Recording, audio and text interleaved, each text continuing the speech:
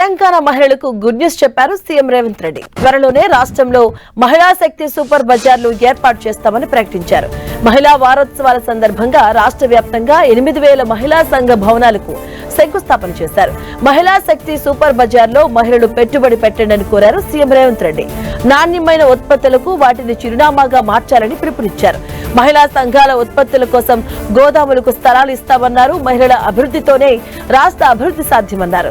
ఉచిత బస్సు ప్రయాణాలకు 10,000 కోట్లు ఆర్టీసీకి చెల్లించామని చెప్పారు. మహిళలను బస్సులకు యజమానులు చేస్తామన్నారు. మహిళా సంఘాలకు వడ్డీ లేని రుణాలను 5 లక్షల నుంచి 10 లక్షలకు పెంచామని, మహిళల దగ్గర నుంచే మిల్లర్లు వడ్లు తీసుకెళ్లేలా ప్రణాళికలు చేస్తున్నామని తెలిపారు. ఇక ఇదే కార్యక్రమంలో ఇందిరమ్మ చీరల డిజైన్స్ ను సీఎం విడుదల చేశారు.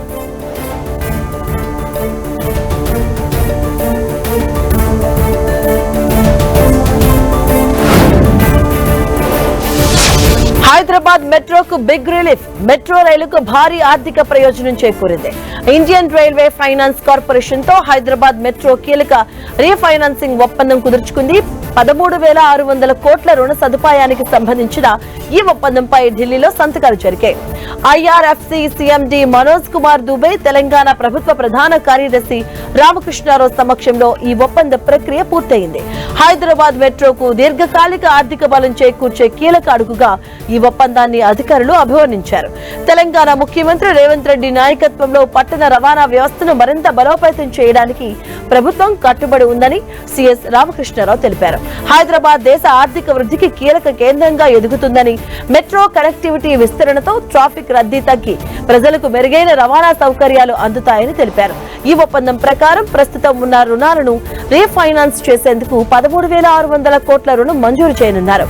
నాన్ కన్వర్టబుల్ డిబెంచర్లు, కమర్షియల్ పేపర్లు, వర్కింగ్ క్యాపిటల్ రీఫైనాన్సింగ్ కోసం ఈ నిధులను వినియోగించబోతున్నారు. 20 ఏళ్ల కాల పరిమితితో త్రైమాసిక చెల్లింపుల విధానంలో ఈ రుణ సదుపాయం ఇవ్వనున్నారు.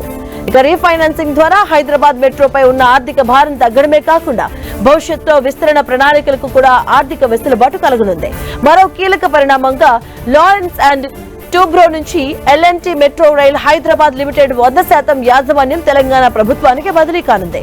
దీంతో హైదరాబాద్ మెట్రో రాష్ట్ర ప్రభుత్వ ఆధీనంలోని ప్రధాన ప్రజా రవాణాగా ఆసక్తిగా మారబోతుంది.